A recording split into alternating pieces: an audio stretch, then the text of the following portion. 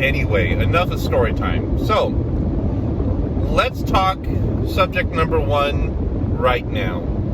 And that has to do with what's left to do in your paper. I mean, today's Wednesday, according to the video schedule, even though I'm filming this on Saturday. So on Wednesday tonight, by 11:59 p.m., you're supposed to turn in your rough draft. Okay. So, no problem, right? You guys got this. Rough draft, schmuff draft, it'll be easy. You guys have already done 3. So, here's the trick though. If you've been paying attention to how we're building up, okay, so first we had to do the support paragraphs. Then we had to do the, the fore material. So that's the exordium, the narratio, the divisio. And then you had to do the back material, which is the counter argument and the conclusion. Okay. So now, okay, you basically are done, except you have to write it all out. There is still one more key concept that you have to do. Okay? And remember, we're doing this step by step. Step. Okay? The last thing that you have to do, actually the very last thing, should be to write your title. But this is pretty much it. So you've arranged all of your paragraphs to where you like them. If they were arranged properly, where they are very close to each other, in a chain like this, that they all work. Excuse me, I'm doing 85 and I've got to make sure I pay attention. I can't take my hands off the wheel and do 85. Well, not too much. It's not a good idea, especially when the road isn't exactly straight. Okay, so anyway, so all of your paragraphs should form, I don't like to say a chain, but that's similar enough, And so with your paragraphs, they all link up together. They should all be topically very similar to each other. There shouldn't be a lot of difference between them as you go through. They should all make sense as they flow one into the other. So, the trick now is to hook them all up. And that's through your writing transitions and topic sentences. So let's talk about how these works. Now, in your paper, you're supposed to have a single keyword that runs pretty much through your entire paper. So like in my case, the keyword is the word sin. However, each paragraph should have its own keyword. Okay? So sin and then something else that goes with it. Okay? So in my narratio, one of them is going to be about what is sin. Basically I'm going to be talking about the idea of a type 1 sin and then a type 2 sin. And in the narratios I gave quotes from a philosopher named Tillich and then James Hick regarding the ideas of what a type 1 and a type 2 sin is. Keep in mind, this is all compared to the Jim Crow South, so, it's bad, loads of bad stuff. Anyway, so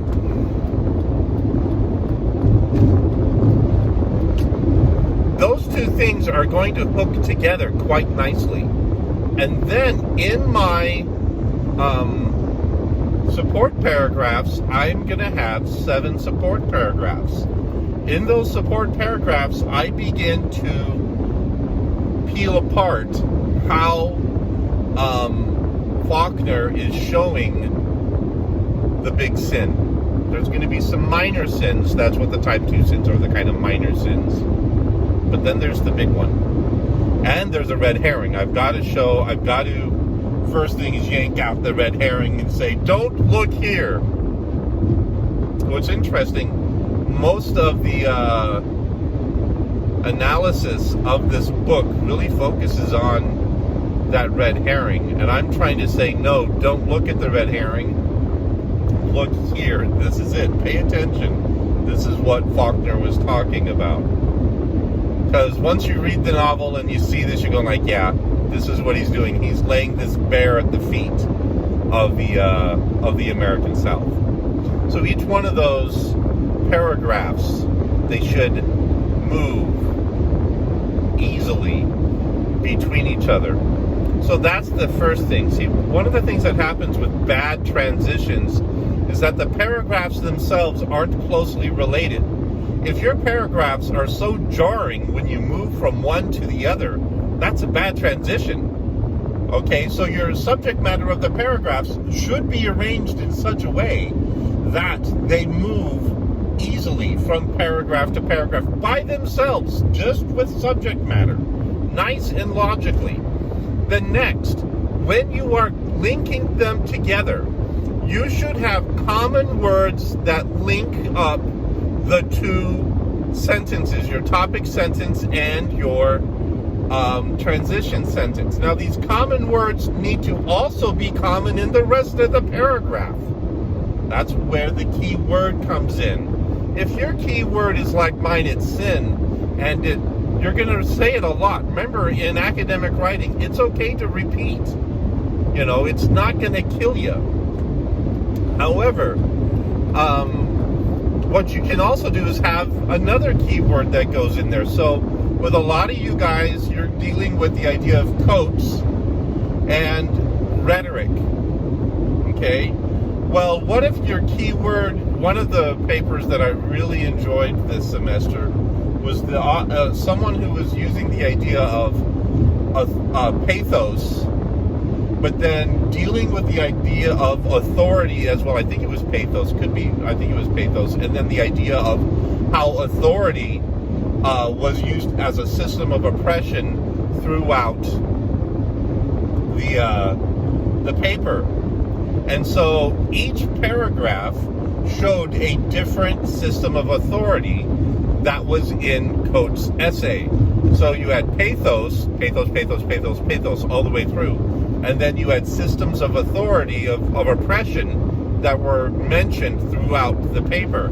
And they all linked together very smoothly. In fact, when I was done reading the paper, I had to go back because it went so smooth and so fast that I was going like, hey, I just finished this thing. Let's go back and let's grade it, as opposed to getting hung up and just start grading immediately without reading everything reading everything straight through. That's what you want. You want that smooth move from paragraph to paragraph to paragraph, where we have the single key word, like in the case of pathos, and then your other keywords that have to do, like in this case of authority, systems of authority or systems of oppression, as they move from paragraph to paragraph. And that was a great way to do this. Now look at your own. How are you doing this within your own system? So, for example, if you're still doing Coates and you want to discuss schools, well, there are a number of ways that Coates discusses schools throughout his thing. And so you go, one thing about schools, two things about schools, three things about schools, four things about schools. That's 4 paragraphs about schools. Now you want to have another one stuffed in there, so find another way to use, schools. So I can think of 4 easily that Coates is using about schools. You might want to, find another way to integrate or expand one of the ideas about schools just a little bit. And then as the counter argument, say, yeah, school did all that crap, but my real education happened at home. This is what my mom did. See what I'm saying? Okay.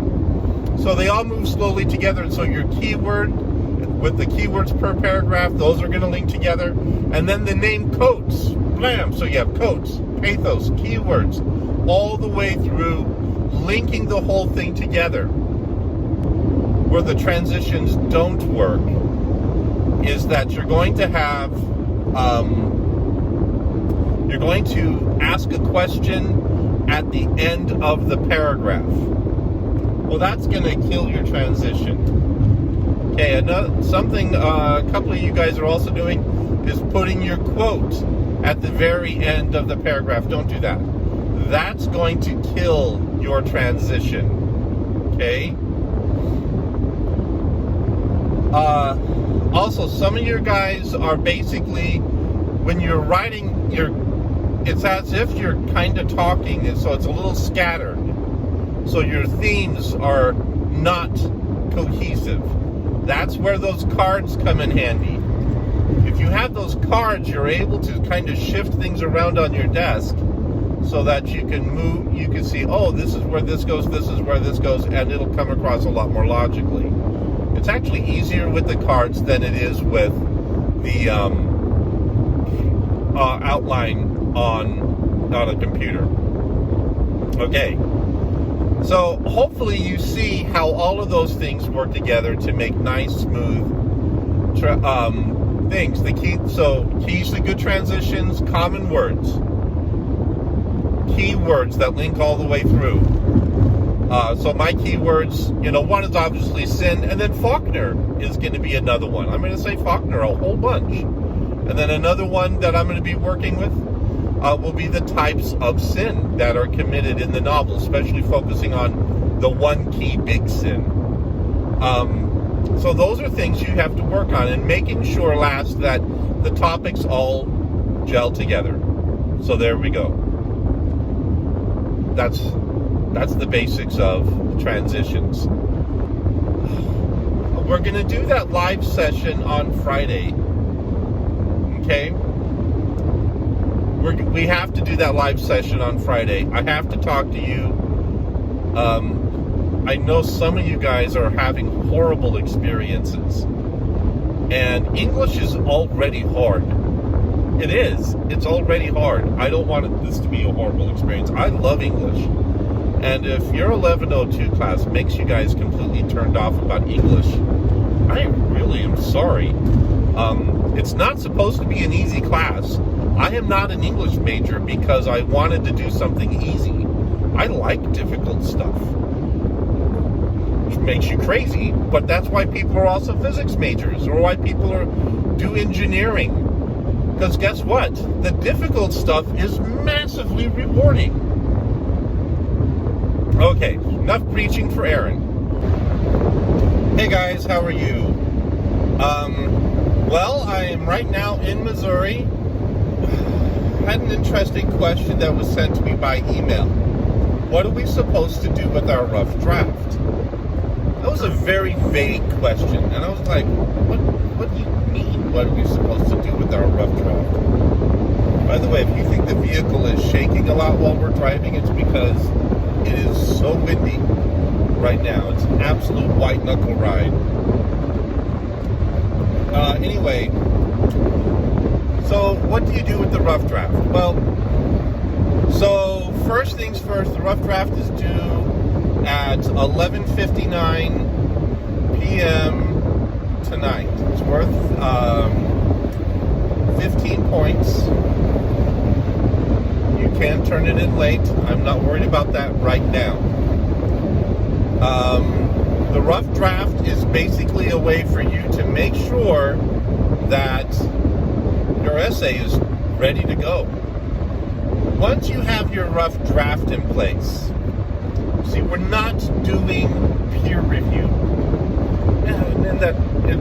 I know you guys, well, I'm going to tell you what freelance writers do, okay?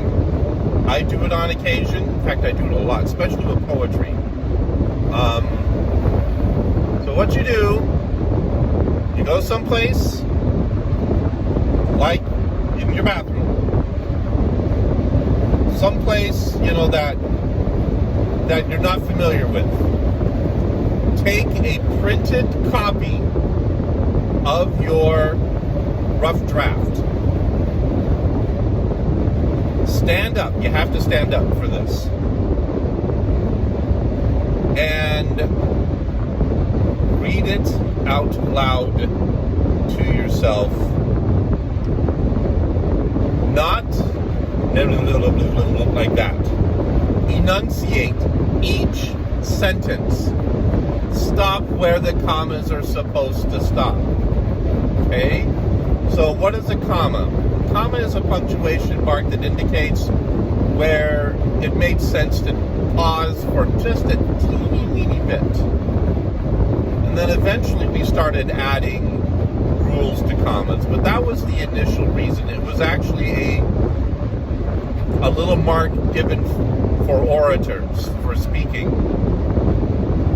And then the period was put in place as a full stop. If you listen to British English a lot, you'll hear them say, full stop. They mean period, like we mean period. And what they mean by full stop, like I said, it's an orator's mark. That's how it was originally created, as a way to say, stop here, pause. So that's what you're supposed to do. So I know it's going to sound crazy. The first time I did it, a friend of mine who's a freelance writer told me about it. And so I was like, all right, this is nuts. But it turns out it works really well, because what you're supposed to be looking for is you listen to yourself as you're reading.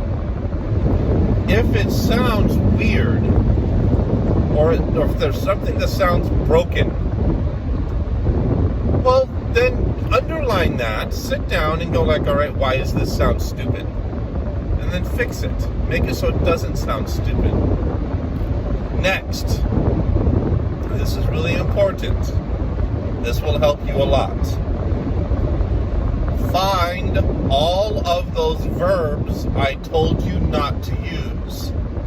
Is, are, was, were, be, being, and been. B-E-E. 2 E's and an N. And then find all the have, has, and has. If it doesn't mean holding something or possessing something, get rid of it. Okay? And then go and find every time you use the word you or we and get rid of it. You can say I. Do not say we.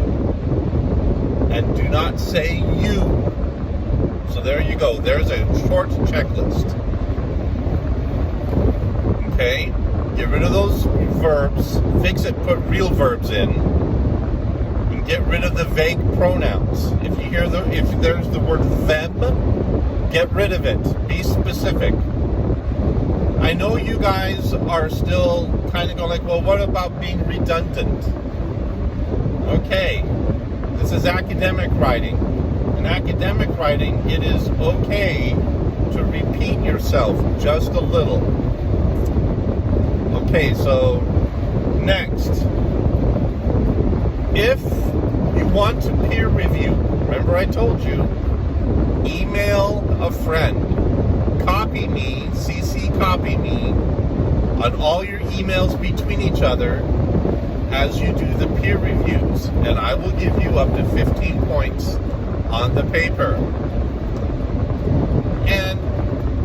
Or just email someone in the class that is a good student and say, hey, I know you're kind of smarter than me, but could you help me with my paper? Do that. Communicate back and forth with you guys. The reason why I want to give you this opportunity is, one, peer review is good. But also, I know some of you guys are really nervous about this semester. You guys want to get a good grade, and you've been put in an almost impossible situation. A situation that absolutely no one wanted. I didn't want it. I think it's a stupid situation.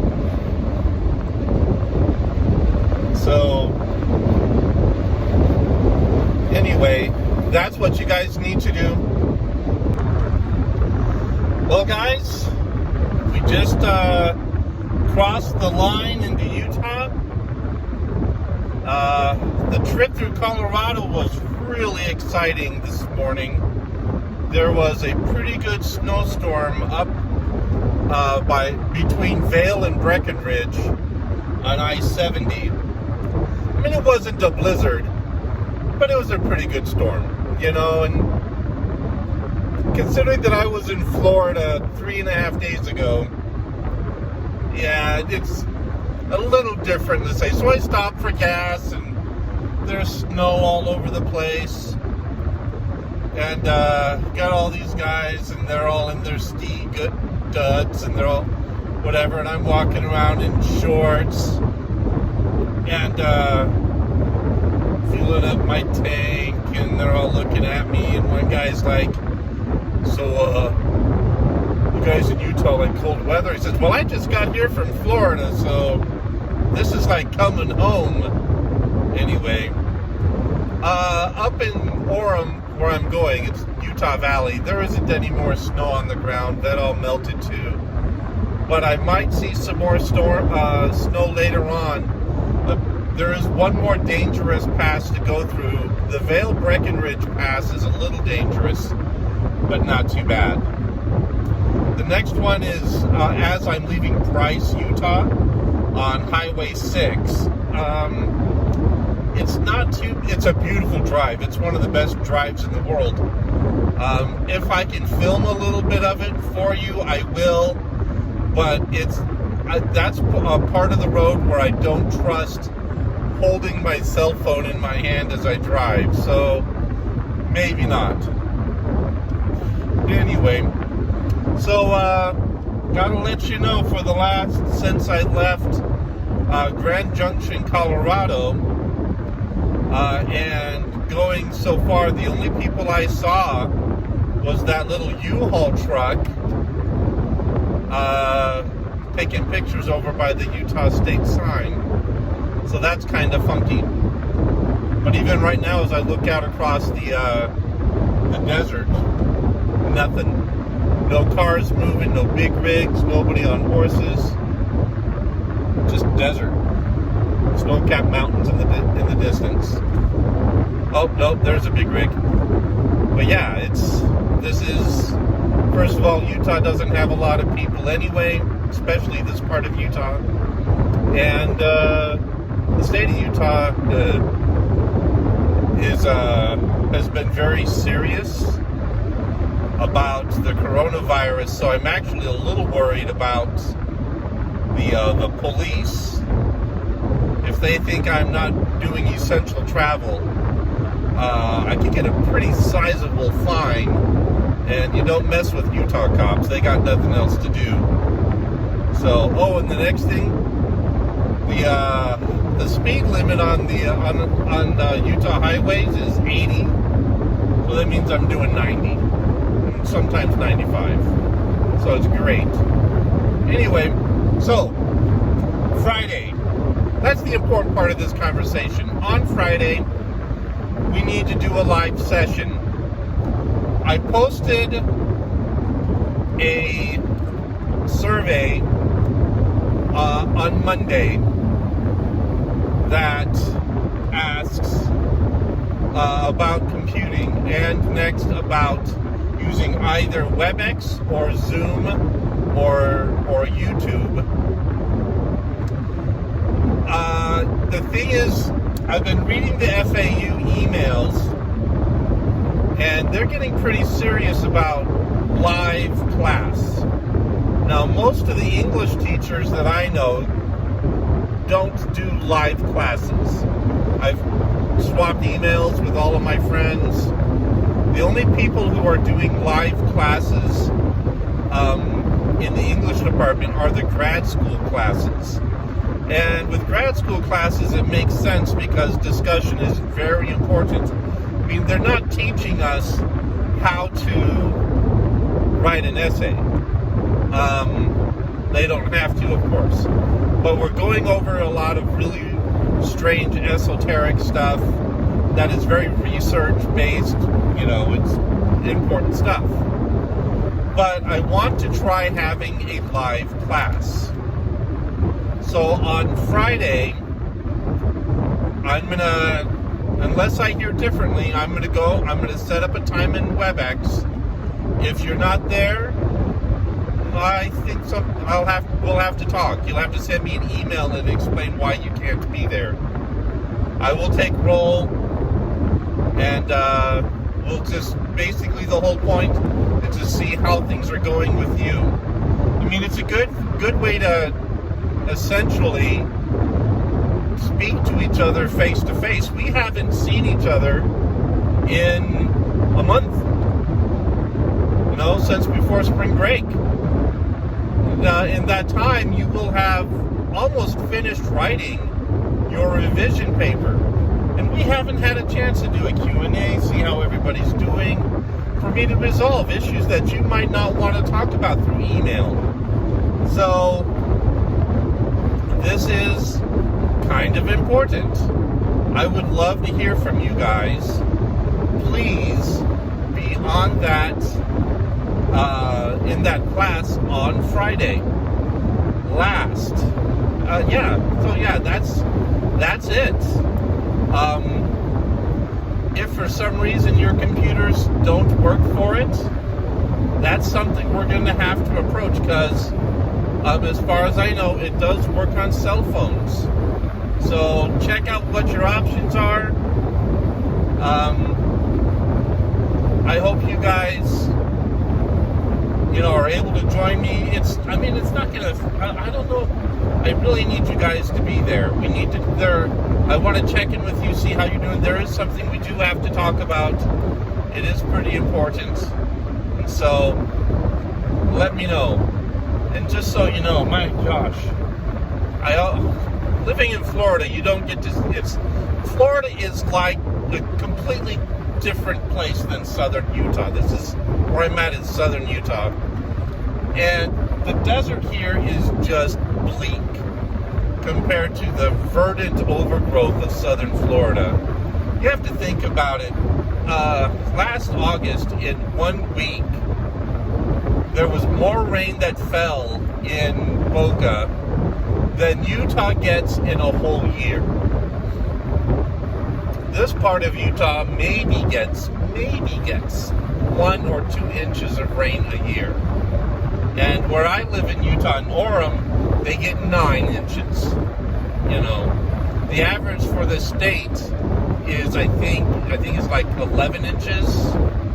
And that includes the big up in the mountains where the snow is and everything.